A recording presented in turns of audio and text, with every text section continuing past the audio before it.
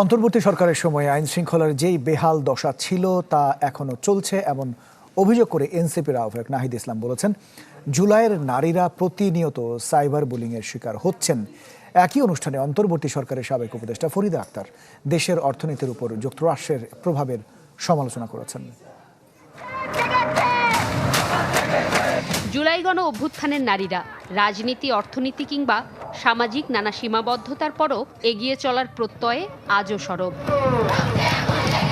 যদিও স্বীকৃতির দুয়ারে কড়া নাড়া হয়নি, দাবিতে ছিল না কোনো সুবিধার চাহিদা। নিহতের পরিবার থেকে আহত এবং সম্মুখ সারির নেতৃত্বের আকাঙ্ক্ষা কেবলই বিচার, সংস্কার ও বৈষম্যহীন রাষ্ট্র প্রতিষ্ঠা। আর নারীরা আছে বলে আজ এই আমার বাবারা এতটুকু আগায় যেতে পারছে। আমার মতো অনেক মায়েরা আছে, অনেক বাবা আছে, তাদের মুখে কেমন কষ্ট, তাদের খাবার বোঝে না।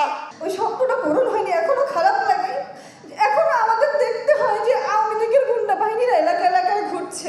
জাতীয় নারী শক্তির এই সমাবেশে নারীরাই ছিলেন জুলাই গণ অভ্যুত্থানের বৈধতা এমন কৃতজ্ঞতা জানিয়ে নাহিদ ইসলাম আক্ষেপ করেন, সেসব নারী এখন সাইবার বুলিংয়ের শিকার। এবং নারীদের জন্য এই সামাজিক রাজনৈতিক নিরাপত্তা নিশ্চিত না করে, তাহলে এই সরকার জুলাই গণ অভ্যুত্থানে যে নারীদের কন্ট্রিবিউশন বা আমাদের সকলের যে প্রত্যাশা, সেইটার পক্ষে সম্মান প্রদর্শন করবে না বলে আমরা মনে করছি।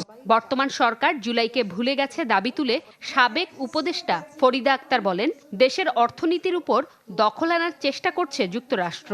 দিল্লি যেমন তেমনি কিন্তু যুক্তরাষ্ট্র আছে, আপনারা এটা ভুলে চলবে না। যুক্তরাষ্ট্র আমাদের স্বাধীনতার উপর হস্তক্ষেপ করেছে এবং এখনো সে কিন্তু আমাদের অর্থনীতির উপর দখল আনতে চাচ্ছে। আর নারীর অংশগ্রহণ নিশ্চিত হয়নি উল্লেখ করে সংস্কার বাস্তবায়নের আহ্বান জানান নুসরাত তাবাসসুম।